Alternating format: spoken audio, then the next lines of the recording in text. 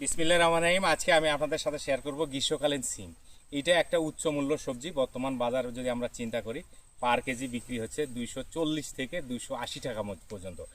এটা কৃষক ভাইরা আমাদের বদরগঞ্জ উপজেলায় অনেকেই আবাদ করতেছে, কিন্তু এখানে একটা সমস্যা ফেস করতেছি, সেটা হলো গাছের ফুল ঝরে যাচ্ছে।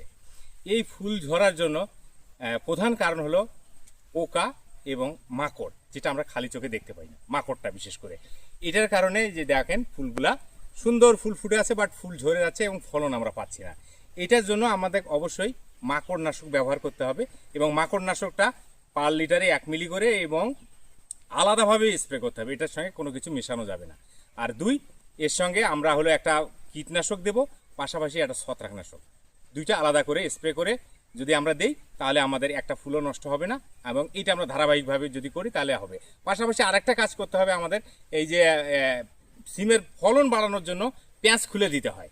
এই লতাটা দেখবেন যে এই যে পেঁয়াজ লেগে উপরের দিকে উঠে আছে, এটা যদি উপরে থাকে তাহলে ফুল আসবে না। এই পেঁয়াজটা খুলে যদি আমরা এই লতাটা ফালাই দেই, তাহলে পর্যাপ্ত ফুল আসবে, আমার কৃষক ভাই উপকৃত হবে। ধন্যবাদ।